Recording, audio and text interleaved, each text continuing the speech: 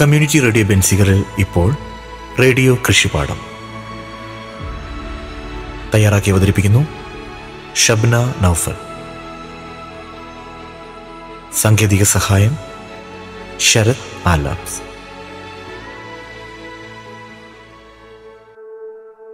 നമസ്കാരം, എല്ലാ പ്രിയ ശ്രോതാക്കൾക്കും റേഡിയോ കൃഷിപാഠത്തിലേക്ക് സ്വാഗതം. അപ്പോൾ കഴിഞ്ഞ ക്ലാസ്സുകളിൽ എല്ലാവരും ശ്രദ്ധിച്ച് തയ്യാറെടുക്കേണ്ടതെല്ലാം നിങ്ങൾ തയ്യാറെടുത്ത് കഴിഞ്ഞു എന്ന് ഞാൻ വിശ്വസിക്കുന്നു. അപ്പോൾ ഇന്ന് നമ്മൾ ചർച്ച ചെയ്യുന്ന വിഷയം എന്ന് പറയുന്നത് വിത്തിടിയലിനെ കുറിച്ചാണ്. ഈ വിഷയത്തെക്കുറിച്ച് നമ്മോട് സംസാരിക്കുന്നത് കൊല്ലം കൃഷിഭവനിലെ അഗ്രികൾച്ചർ അസിസ്റ്റന്റായ പ്രമോദ് വിൻസെന്റ് സാറാണ്. നമസ്കാരം സർ. നമസ്കാരം സർ. നമ്മുടെ ശ്രോതാക്കൾ എല്ലാവരും നമ്മുടെ ഈ ഒരു പരിപാടിയിലേക്ക് നിരവധി ശ്രോതാക്കളാണ് രജിസ്റ്റർ ചെയ്തിരിക്കുന്നത്. എല്ലാവരും ഇങ്ങനെ കാത്തിരിക്കുകയാണ് അവരുടെ ഒരു വിത്തൊക്കെ നടാനായിട്ട്. സർ, അപ്പം ഈ വിത്ത് നടീലിനെ കുറിച്ച്, അപ്പം പലരും നിലത്ത് കൃഷി ചെയ്യുന്നവർ കാണും, അതുപോലെ തന്നെ ഗ്രോ ബാഗിലേക്ക് ചെയ്യാനായിട്ട് താല്പര്യമുള്ളവരായിരിക്കും. അപ്പം എങ്ങനെയാണ് അവർക്ക് കൊടുക്കുന്ന ഒരു നിർദ്ദേശം? വിത്ത് നേരിട്ട് നടാം, അതുപോലെ നമ്മൾ തൈ ഉൽപ്പാദിപ്പിച്ച് വേണമെങ്കിലും നടാം. തൈ പ്രോട്രയിൽ ഉൽപ്പാദിപ്പിക്കുകയാണെങ്കിൽ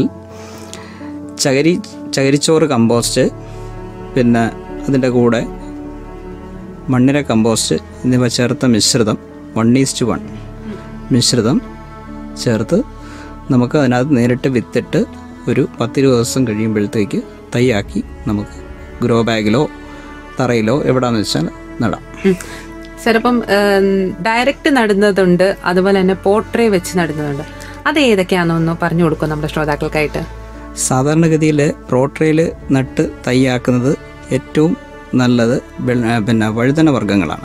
വഴുതന വർഗ്ഗങ്ങളെന്ന് പറയുമ്പോൾ മുളക്, തക്കാളി, വഴുതന, അത് നമുക്ക് തൈയാക്കി ഗ്രോ ബാഗിലോ തറയിലോ ഇങ്ങനെ വെച്ചാൽ നടാം.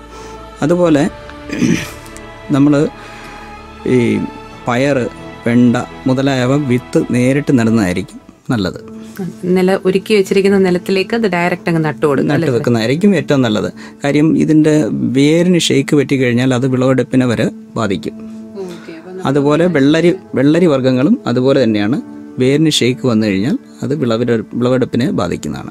അപ്പോൾ ഇതൊക്കെ ഡയറക്റ്റ് എവിടെയാണോ നടാൻ ഉദ്ദേശിക്കുന്നത് അവിടെ തന്നെ ഇത് നട്ടുകൊടുക്കുക. വെള്ളരിയും അതുപോലെ തന്നെ പയറ്, പിന്നെ വെണ്ട, അങ്ങനെയുള്ള സാധനങ്ങൾക്ക് നേരിട്ട് നടുന്നതായിരിക്കും നല്ലത്. സർ, പോട്രയിൽ നമ്മൾ മിക്സ് ചെയ്യുന്ന മിക്സ്ചറിൽ പ്രധാനമായും വരേണ്ടത് കമ്പോസ്റ്റും കോയർപിറ്റും അല്ലേ സാറേ? അതെ അതെ. ഇത് നമ്മൾ രണ്ടും 1:1 എന്നുള്ള റേഷ്യോയിൽ മിക്സ് ചെയ്ത് നമുക്ക് തൈ ഉൽപ്പാദിപ്പിക്കാം. ഓക്കെ. വെണ്ടയായാലും ഒക്കെ നമ്മൾ പതുക്കെ നട്ടുകൊടുത്ത്, ഇനി നമ്മൾ വെള്ളം ഒഴിക്കുമ്പോൾ എന്തെങ്കിലും ശ്രദ്ധിക്കേണ്ടതായിട്ടുണ്ടോ? വെള്ളം ഒഴിക്കുമ്പോൾ പരമാവധി നേരിട്ട് വെള്ളം നനയ്ക്കാതെ പൂവാളി അല്ലെങ്കിൽ റോസ് ക്യാൻ വെച്ചിട്ട് വെള്ളം നനച്ച് വളരെ സാവധാനത്തിൽ നട്ടു വെക്കുന്നത്. ഇല്ലെങ്കിൽ വിത്ത് പുറത്തിയാടി നശിച്ചു. രാവിലെയും വൈകിട്ട് നമ്മൾ ഒഴിക്കേണ്ടതായിട്ടുണ്ടോ? അതോ വിത്ത് മുളച്ച് വരുന്നിടം വരെ ഒരു നേരം തളിച്ചാലും മതി. വിത്ത് മുളച്ച് 2 പ്രായമാകുമ്പോൾ 2-3 നേരം തളിക്കേണ്ടി വരും, ചൂടിന്റെ അനുസരിച്ച്. വെയിൽ അധികം ഏൽക്കണ്ടല്ലോ സാറേ? വെയിൽ അധികം ഏൽക്കണ്ട തൈ ആയിരിക്കുന്ന സമയത്ത്.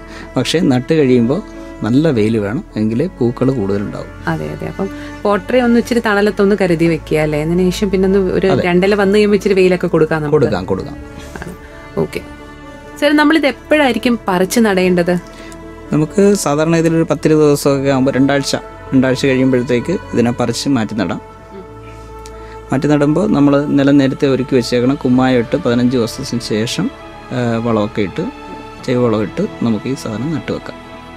അത് ഗ്രോ ബാഗിലാണെങ്കിൽ പോലും 15 ദിവസം മുമ്പേ ഡോളമൈറ്റോ അല്ലെങ്കിൽ കുമ്മായോ ഇട്ട് മണ്ണിൻ്റെ പുളിരസം മാറ്റിയ ശേഷം വേണം തൈകൾ നടാൻ.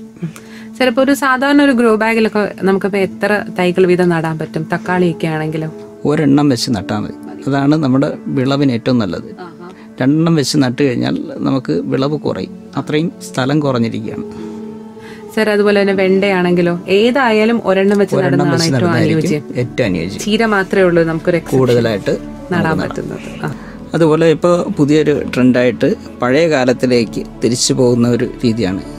നമ്മൾ ആയുർവേദം കൃഷിയിലേക്ക് എങ്ങനെ കൊണ്ടുവരാം എന്നുള്ളൊരു പുതിയൊരു ട്രെൻഡിലേക്ക് വന്നേക്കുവാണ്. അതിൻ്റെ ഭാഗമായിട്ട് വൃക്ഷായുർവേദ വിധി പ്രകാരം ഹരിത കഷായം ഉണ്ടാക്കുന്ന ഒരു രീതി ഞാനൊന്ന് പരിചയപ്പെടുത്താം. ഹരിത കഷായം അല്ലെങ്കിൽ ഗുണപച്ചല. അത് ഏകദേശം 1500 വർഷങ്ങൾക്ക് മുമ്പ് നമ്മുടെ കർഷകർ എല്ലാവരും ഉപയോഗിച്ചിരുന്ന ഒരു രീതിയാണ്. അതിന് ആവശ്യമുള്ള സാധനം എന്ന് പറയുന്നത് 200 ലിറ്റർ ശേഷിയുള്ള ഒരു ഡ്രമ്മ്, പ്ലാസ്റ്റിക് ഡ്രമ്മ്. പിന്നെ നാടൻ പശുവിൻ്റെ പച്ച ചാണകം 10 കിലോ, മുളപ്പിച്ച ഉഴുന്ന് 2 കിലോ, കറുത്ത ശർക്കര 3 കിലോ, ശുദ്ധമായ വെള്ളം 100 ലിറ്റർ. പിന്നെ ഇതുതരം കളസസ്യങ്ങൾ ചെറുതായിട്ട് മുറിച്ചത്, അതും ഇതിൻ്റെ കൂടെ ഉപയോഗിക്കേണ്ടതാണ്. കളസസ്യങ്ങളെന്ന് പറയുമ്പോൾ പ്രധാനമായിട്ടും വേണ്ടത് പിന്നെ ശീമക്കൊന്ന, കണിക്കൊന്ന, ആര്യവേപ്പ്, കമ്മ്യൂണിസ്റ്റ് പച്ച, കിരിയാത്ത്, തഴുതാമ, പെരുവലം, തൊട്ടാവാടി, കുറുന്തോട്ടി, തുമ്പ, അരിപ്പൂ. അപ്പോൾ ഇതെല്ലാം കൂടെ ഏകദേശം ഒരു 20 കിലോ വേണ്ടി വരും. ഇതിനെ ചെറുതായിട്ട് മുറിച്ചിട്ട് എല്ലാം കൂടെ ഒന്ന് മിക്സ് ചെയ്ത് ഉപയോഗിക്കുന്നതാണ്. അപ്പോൾ ആദ്യമായിട്ട് അതിനു മുമ്പ് ഇതിനകത്ത് ഏറ്റവും ശ്രദ്ധിക്കേണ്ട കാര്യം, പുൽവർഗത്തിൽപ്പെട്ടതും ഈ ചെടികൾ പൊട്ടിച്ചാൽ പാല് വരാത്തതുമായ ചെടികൾ ഉപയോഗിക്കാതിരിക്കാൻ ശ്രമിക്കുക. ഇത്തരം സാധനങ്ങൾ ഒഴിവാക്കുക. അതുപോലെ ഒരിനത്തിൽപ്പെട്ട ചെടി ഏകദേശം 2 കിലോയിൽ കൂടുതൽ എടുക്കാൻ പാടില്ല. പരമാവധി 2 കിലോ, അതിൽ കൂടുതൽ എടുക്കാൻ പാടില്ല. അപ്പോൾ ആദ്യം നമ്മൾ ഡ്രമ്മിൽ പച്ചച്ചാണകം ചെറുതായിട്ട് കുറച്ച് ചുവട്ടിലിങ്ങനെ വിതറിയിട്ട് കൊടുക്കുക. അതിൻ്റെ മുകളിലായിട്ട് വിവിധ കളസസ്യങ്ങളെല്ലാം കൂടെ നമ്മൾ മിക്സ് ചെയ്തിട്ട് അത് ഒരു പിടി കുറച്ച് വാരിയിട്ട് കൊടുക്കുക. അതിന് മുകളിലായിട്ട് മുളപ്പിച്ച ഉഴുന്ന്, അത് 1-2 പിടി അതും വാരിയിടുക. അതിന് മുകളിലായിട്ട് ശർക്കര. വീണ്ടും ഇതുപോലെ ലെയറായിട്ട് ആദ്യം ചാണകം, കളസസ്യങ്ങൾ, മുളപ്പിച്ച ഉഴുന്ന്, ശർക്കര, ഇങ്ങനെ മിക്സ് ചെയ്ത് നമുക്ക് ലെയറായിട്ട് ഇട്ട് കൊടുക്കാം. ഇട്ട് കൊടുത്ത ശേഷം 100 ലിറ്റർ വെള്ളം, ശുദ്ധമായ 100 ലിറ്റർ വെള്ളം ഇതിലേക്ക് നിറച്ച് നമ്മൾ 5 ദിവസത്തിന് ശേഷം എന്നിട്ട് ഇതിനെ ഒരു തണൽ ഉള്ള സ്ഥലത്ത് സൂക്ഷിച്ച് വെക്കുക. നേരിട്ട് വെയിൽ തട്ടാത്ത സ്ഥലത്ത്. നേരിട്ട് വെയിൽ തട്ടുകയാണെങ്കിൽ നമ്മളവിടെ ചണച്ചാക്കോ എന്തെങ്കിലും അതിൻ്റെ മുകളിൽ ഇട്ട് കൊടുത്തിട്ട് സൂക്ഷിച്ച് വയ്ക്കാം. എന്നിട്ട് ഇതിന് 15 ദിവസം കൃത്യമായിട്ട് ഒരു മരവടിയിട്ട് ഇടത്തേക്കും വലത്തേക്കും 5 പ്രാവശ്യം രാവിലെ നന്നായിട്ട് ചുറ്റുക, കറക്കുക. ഇടത്തോട്ടും വലത്തോട്ടും 5 പ്രാവശ്യം ഇളക്കുക. അപ്പോൾ 15 ദിവസത്തിന് ശേഷം ഇതിനെ അരിച്ചെടുത്ത് നമുക്ക് ഉപയോഗിക്കാവുന്നതാണ്. സാധാരണഗതിയിൽ കരുത്ത് കുറഞ്ഞ പച്ചക്കറികളിൽ, അതായത് തൈകളായിട്ട് വരുന്ന ചെറിയ തൈകളുണ്ടല്ലോ, അതിൽ 50 മില്ലി 1 ലിറ്റർ വെള്ളത്തിൽ ചേർത്തിട്ട് നമുക്ക് സ്പ്രേ ചെയ്യാം. അപ്പോൾ അതിൻ്റെ കരുത്ത് കൂടുന്നതായിട്ട് കാണുന്നുണ്ട്. അതെ പെട്ടെന്ന്, അതായത് രാസവളം ഉപയോഗിക്കുന്നതിനേക്കാൾ വളരെ വേഗത്തിൽ ഗ്രോത്ത് പ്രൊമോട്ടറായിട്ടും അതുപോലെ ജൈവ കീടനാശിനിയായിട്ടും ഇത് പ്രവർത്തിക്കുന്നുണ്ട്. എനിക്ക് തോന്നുന്നു ഗ്രാമപ്രദേശങ്ങളിലൊക്കെ ആണെങ്കിൽ പച്ചിലകളൊക്കെ ധാരാളമായിട്ട് ലഭിക്കും. ഗ്രാമപ്രദേശങ്ങളിൽ മാത്രമേ ഇത് കിട്ടുന്നുള്ളൂ. നമ്മുടെ ടൗൺ ഏരിയയിലാകുമ്പോൾ കർഷകർക്ക് ഒരു ബുദ്ധിമുട്ടുണ്ടാകുമല്ലോ ഇതൊക്കെ ലഭിക്കാനായിട്ട്. അതെ, ഇത് ലഭിക്കുന്നെങ്കിൽ ഏറ്റവും അനുയോജ്യമാണ്. പിന്നെ അത് കണക്ക് കുറച്ച് വളർന്ന തൈകളൊക്കെ ആണെങ്കിൽ 100 മില്ലി 1 ലിറ്റർ വെള്ളത്തിൽ ചേർത്ത് നമുക്ക് സ്പ്രേ ചെയ്യാം. പിന്നെ ഈ സാധനങ്ങൾ നമുക്ക് വാങ്ങാനായിട്ട് ലഭിക്കുന്നുണ്ട്.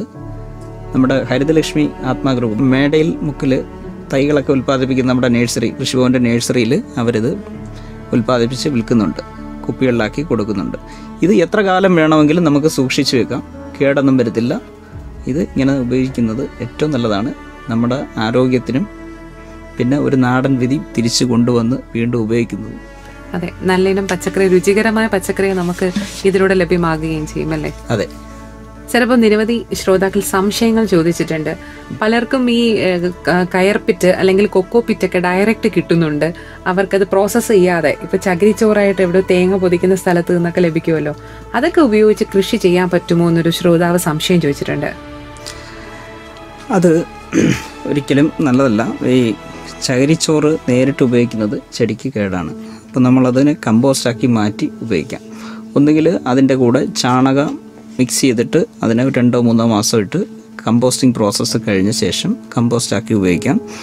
അതല്ലെങ്കിൽ ഇതിനകത്ത് കുറച്ച് ട്രൈക്കോഡെർമ അങ്ങനെ എന്തെങ്കിലും മിക്സ് ചെയ്തിട്ട് നമുക്ക് കമ്പോസ്റ്റിംഗ് പ്രോസസ്സ് പെട്ടെന്നാക്കാം. അതൊരു 2 മാസം എടുക്കും ഏകദേശം. അതിനുശേഷം ഉപയോഗിക്കാം. അതല്ലെങ്കിൽ പിറ്റ് പ്ലസ് എന്ന് പറഞ്ഞ് കുമിള് കിട്ടും. അത് പിറ്റ് പ്ലസ് ആയാലും അത് അതിനകത്തിട്ടിട്ട് 4-2 മാസം എടുക്കും. കമ്പോസ്റ്റിംഗ് പ്രോസസ്സ് കഴിഞ്ഞാൽ മാത്രമേ ഇത് നമുക്ക് ഉപയോഗിക്കാൻ കഴിയുള്ളൂ. സർ, അതുപോലെ തന്നെ മറ്റൊരു ശ്രോതാവ് സംശയം ചോദിച്ചിട്ടുണ്ട്. ചോദിക്കുന്നൊരു കാര്യം എന്താന്ന് വെച്ച് കഴിഞ്ഞാൽ, പഴയ ഗ്രോ ബാഗിനകത്തോട്ട് വീണ്ടും ഞാൻ തൈകളൊക്കെ നട്ടുകൊടുത്തു. അതിനകത്ത് മണ്ണ് തട്ടിയിട്ട് 15 ദിവസം ഡോളോമൈറ്റ് ഒക്കെ മിക്സ് ചെയ്തിട്ട് ഇടണമെന്ന് അറിഞ്ഞിട്ടില്ലായിരുന്നു. ഞാൻ കൃഷി ചെയ്ത് തുടങ്ങി എന്ന് പറഞ്ഞിരിക്കുന്നു. അപ്പോൾ അവർക്ക് ഇനി ആ നല്ല രീതിയിൽ ആ കൃഷി മുന്നോട്ട് പോകാനായിട്ട് എന്തെങ്കിലും സജഷൻ കൊടുക്കാനുണ്ടോ? ഇനിയായാലും നമ്മൾ ഡോളമൈറ്റ് ഒരു 40 മുതൽ 50 ഗ്രാം വരെ ഇതിലേക്ക് ഇട്ട് കൊടുക്കാം. അതിനുശേഷം വളപ്രയോഗം നടന്നതായിരിക്കും ഏറ്റവും നല്ലത്. പ്ലാന്റ് നിൽക്കുമ്പോൾ തന്നെ നമുക്ക് അതിലേക്ക് ഡോളമൈറ്റ് ഇട്ട് കൊടുക്കാം. തീർച്ചയായും കുഴപ്പമില്ല. ഓക്കെ.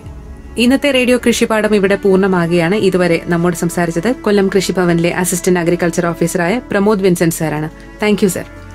റേഡിയോ കൃഷിപാഠം ഇവിടെ പൂർണ്ണമാകുകയാണ്. നന്ദി, നമസ്കാരം. കമ്മ്യൂണിറ്റി റേഡിയോ ബെൻസിഗറിൽ നിങ്ങൾ ഇതുവരെ കേട്ടത് റേഡിയോ കൃഷിപാഠം. തയ്യാറാക്കി അവതരിപ്പിച്ചത് ഷബ്ന നൗഫൽ.